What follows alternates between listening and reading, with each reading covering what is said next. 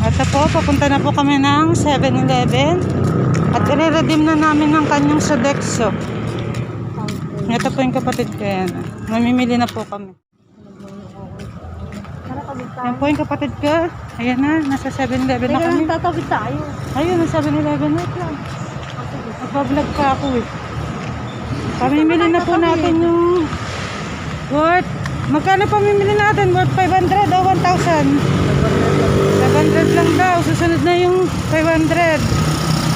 So 500 muna pamimili natin. So walang tao. Yan. Lalakad na po kami. Papunta po kami ng 7-Eleven. Ayan. Yung kapatid ko. Yan, 7-Eleven. Alam mo kung tumatanggap siya ng Sodexo. Alcohol ka kaya. Yan na po yung kapatid ko. Mimili na kami. Tama tayo. Ano mo nga kung meron silang Sodexo? Ito na, nandiyan kami. Pwede magtanong, te? Nag-aan ba ka ng ganito? Exo? Tinatanggap daw sa 7-Eleven eh. Sabi. Hindi po ma'am, tinatanggap lang sa DPC, 7-Eleven din na DPC. Sa ano ma'am, sa Save More. Save mo. Ano yan ang sabi ng Save More naman sa DPC. Ito po, uwi po kami luwaan. Wala po kami nakuha. Paano natin papalit ngayon yan? Wala na tayong pambili. Baka dito sa mga tindahan, pwede. Pwede kayo magbayad ng Sodexo dyan. 7-Eleven? Ano daw sabi nila? 7-Eleven, tumatanggap lang ng Save more.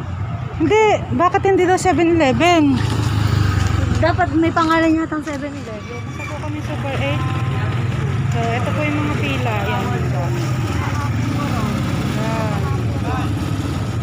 Pila sa Super 8. Yung si ano?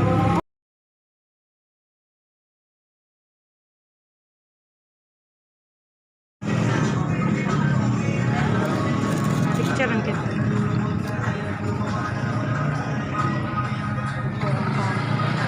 Ano sasabi mo? Ayan po yung mga nakapila. Mate, nakapila ka ba? Sa Alphamart. Hintay po na magbukas. Mamaya na, bubukas na siya.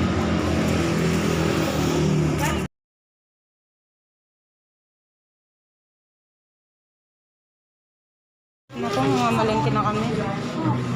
Mamalengke na kami ng kapatid ko. Kasi yung sabon. Mabibili ako. 1 meter. Kape.